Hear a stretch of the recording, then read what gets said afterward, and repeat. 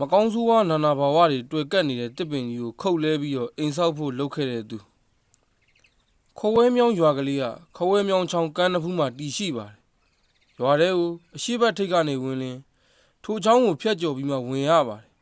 ရွာထိပ်မှာရှိတဲ့ကညင်ပင်ကြီးကအထင်ကရတစ်ပင်ကြီးတစ်ပင်ဖြစ်တယ်လို့အဲ့ဒီကညင်ပင်ကြီးကိုကြီးစိုးနေတဲ့ဖုတ်ပိတ်တာကြီးကလည်းအလွန်တောင်းကျမ်းလွန်းတာကြောင့်နာမည်ကြီးလာပါတယ်ရွာထဲကိုဝင်လာပါကထိုကညင်ဘေးကနေဝင်သွားရပါတယ်ညအချိန်ဖားရှာသူငါးရှာသူတွေဖြတ်သွားပါကဖားရှာငါးရှာတဲ့သူတွေစီကနေပြီးတော့လူယူစားတောက်တတ်ပါတယ်အသားစိမ်းငါးဆိုင်ကင်ဆောင်သွားတဲ့အခါလက်မဲကြီးနဲ့ဆွဲယူပြီးတော့စားတောက်လို့ရှိပါတယ်သူ့ရဲ့အပင်အောက်ကနေပြီးတော့ခဝဲမြောင်းဘက်မှာငါးများနေသူကလေးနှစ်ဦးဟာဖုတ်ပိတ်တာကြီးကိုမြင်တွေ့ရပြီးတော့ကြောက်လန့်ပြီးတေဆုံးခဲ့ဘူးပါတယ်ကညင်ပင်ဖုတ်သေးရဲ့စားတယ်လို့လူအများကလက်ခံယုံကြည်လာပြီးတဲ့နောက်မှာတော့ထိုအပင်ကြီးကိုဝေးဝေးကနေရှောင်ကျင်လာကြပါတယ်ထိုကညင်ပင်ကြီးရှိရာနေရာဟာလဲကွက်လက်ဖြစ်ပြီးတော့ကြံ့ရင့်နေခဲ့ပါတယ်ခဝဲမြောင်းရွာကလေးကလည်းတေကာစားဖြစ်အိုးအိမ်ကလည်းတိတ်မများသေးတာကြောင့်ရွာဦးဖုံးချောင်းကလည်းမရှိပါဘူးလူအများကလည်းတောတလေအတိုင်းလေယာအလုပ်ဖားရှာငါးရှာအလုပ်နဲ့အသက်မွေးဝမ်းကြောင်းပြုနေသူများဖြစ်၍ဘာသာရေးကိုလည်းများစွာအလေးပေးလက်ခံထားပြီးတော့တောတလေတောတူတောင်သားများတဘာဝအတိုင်းပဲစုံနဲ့ကဝေတစီတရဲ့ဖုတ်ပိတ်တာစသည်တို့ကိုလည်းယုံကြည်ပြီးတော့ကြောက်လန့်နေသူများဖြစ်ကြပါတယ်များမကြခင်ထိုရွာကိုတောင်တွင်းကြီးနယ်ကနေဥပခင်တို့မိသားစုပြောင်းလာခဲ့ပါတယ်အိမ်ဆောက်ဖို့အတွက်မြေနေရာရှာတဲ့အခါမှာတော့အဲ့ဒီညင်ပင်ဝိုင်းကိုတွေ့ပြီးတော့သဘောကျသွားကအိမ်ဆောက်လုပ်ရန်အတွက်ဥပခင်ကစီစဉ်ခဲ့ပါတယ်ရွာသားများကတော့ကညင်ပင်မှာဖုတ်တရဲ့ရှိကြောင်းရွာသားများကအဲ့ဒီကညင်ပင်ဝိုင်းအောင်မှာအိမ်မဆောက်ဖို့လဲဝိုင်းပြောကြပါတယ်တခြားနေရာတွင်စောက်ရန်အတွက်လည်းပြောဆိုကြပါတယ်။ဥပခင်တယောက်ကတော့လက်မခံခဲ့ပါဘူး။ဖုတ်သေးကသူ့အပင်မှာသူနေပေါ့။အေးကျုပ်ကိုလာလို့ကတော့သူ့သေးကိုသေးကျုပ်ကအပြက်ပြန်ဆော်မှာလို့ဥပခင်ကအဲ့လိုပြောဆိုလိုက်ပြီးတော့အိမ်ကိုစောက်ပါတယ်။ကညင်ပင်မှာရှိတဲ့ဖုတ်သေးကိုလည်းယနေ့မှစ၍ရွာတကြီးကဤမြေကွက်ကိုငါတို့အပိုင်ပေးဤမြေကိုငါပိုင်ပြီဤတစ်ပင်ကိုလည်းငါပိုင်ပြီမင်းလည်းမင်းနေရာမှာမင်းနေမြဲနေငါကိုအနောက်ရှက်မပေးပါနဲ့ငါလည်းမင်းကိုအနောက်ရှက်မပေးဘူးမင်းဘက်ကစီးဖောက်လာရင်တော့ငါနဲ့အတွေ့ဆိုပြီးတော့ကညင်မီအောက်ကိုတွားပြီးတော့အမိန့်ပြန်ထုတ်ခဲ့တဲ့အခါချင်းချောက်စကားပါဆိုခဲ့တဲ့အတွက်ညဘက်မှာတော့ဖုတ်သေးကဥပခင်ကိုထင်ပြပါတယ်မျက်လုံးကြီးကหนีရဲနေပြီးတော့အလွန်ကြီးကိုကြီးလွန်းလာပါတယ်တကိုယ်လုံးမှာလဲကြောက်စရာကောင်းတဲ့အမွှေးတွေနဲ့ပြည့်နေခဲ့ပါတယ်ခြေတွေလက်တွေကလည်း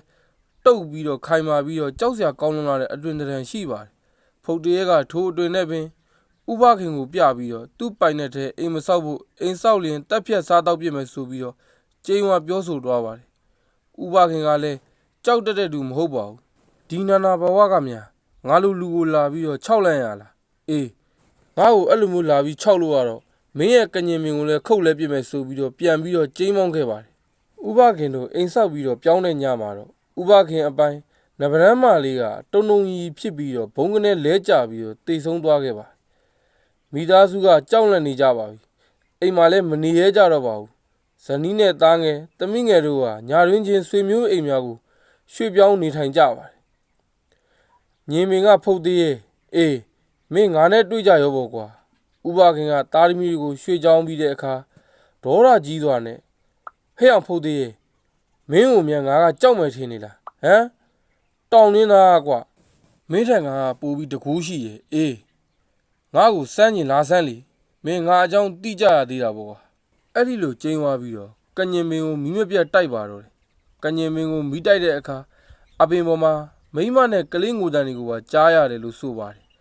ဥပခင်ကအဲ့ဒီအပင်ကိုမီးရှို့ပြီးတော့ခုတ်လဲဖို့အတွက်စီစဉ်ခဲ့ပါတယ်ခုတ်လဲဖို့လည်းလူရှာပါတယ်ဘယ်သူမှလည်းမခုတ်ရဲကြပါဘူးကိုဘိုးခင်မင်းကြက်တတိထားအေးငါသားသမီးတွေဒုက္ခရောက်သလိုမင်းနဲ့ဒုက္ခရောက်စေရမယ်မင်းကငါနေရာကိုလည်းလာကျူးသေးတယ်ငါကိုလည်းလာစော်ကားသေးတယ်မင်းလည်းကြရင်တော့မင်းခံပြီးတော့အဲ့ဒီလိုမျိုးဖုတ်သေးရဲကဥပခင်ကိုအိမ်မက်လာပေးပါတယ်ဥပခင်ကအရေးမဆိုင်မင်းလုံနိုင်တယ်ဆိုလှုပ်ပေါ့ကွာလူဆိုတာတစ်ခါသိစမြဲပဲဒီလိုဆုံးဖြတ်ပြီးတော့ဖုတ်သေးရဲကိုရင်ဆိုင်ဖို့ဆုံးဖြတ်ထားလိုက်ပါတယ်ဒီလိုနဲ့ပဲတပတ်လောက်ကြာသွားခဲ့ပါတယ်ဖုတ်သေးရဲကလည်းဥပခင်ကိုဘာမှဆက်မလုပ်တော့ပါဘူးဥပခင်ကလည်းကညင်ပင်လဲရန်လူရှာမရတာကြောင့်မလဲဖြစ်သေးပါဘူး ထိုကာလမှာပင်တောင်တွင်းကြီးကဥပခင်ရဲ့သားချင်းဦးလေးတော်ပြီးတော့မန္တလေးမြို့ဝင်းတိုက်မှာစာချနေတဲ့ဘုန်းကြီးဥတီလောကဟာညောင်မင်းသားအရှိကျောင်းဆရာတော်ဥပညာဝရထံကိုကြွလာရင်းနဲ့ဥပခင်ထံကိုလည်းကြွလာခဲ့ပါတယ်။ဥပခင်ဇနီးကဘုန်းကြီးဥတီလောကကိုအကျိုးအကြောင်းစုံလင်စွာရှင်းပြလိုက်ပါတယ်။ဘုန်းကြီးဥတီလောကကတော့ဥပခင်ကိုခေါ်ယူပြီးဆုံးမကာမဒိဋ္ဌိတကူရှိတဲ့နာနာဘာဝတွေကိုမရှင်ပြိုင်နိုင်ဖို့နဲ့မေတ္တာထားပြီးတော့မိမိပိုင်တဲ့ထဲမနေစေလိုပါကပပစနိကကမွာရာဇာနဲ့နှင်ပြီးတော့နေရာပေးဖို့ကိုအကြောင်းစုံမေးကြားလိုက်ပါတယ်။အဲ့ဒီအခါကျမှဥပခင်တယောက်လဲဘုန်းကြီးစကားကိုတေချာအလေးနဲ့ထားနားထောင်ပြီးတော့အန္တရာယ်ကင်းပရိယွတ်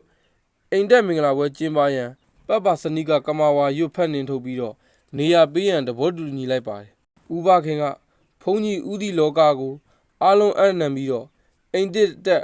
စွန့်ကြွေးမင်္ဂလာပြုလို့ရန်ရက်ချင်းတက်မှတ်စီစဉ်လိုက်ပါတယ်။ဘုန်းကြီးဥတီလောကကလည်းအကြောင်းစုံကိုတည်ပြီးသားဖြစ်တာကြောင့်ညောင်မင်းသားဆရာတော်ဥပညာကိုအမှုထားပြီးတော့ကျောင်းနိုင်ဆရာတော်ဥပမောက္ခဇယားလေးဆရာတော်ဥဇော်ဝန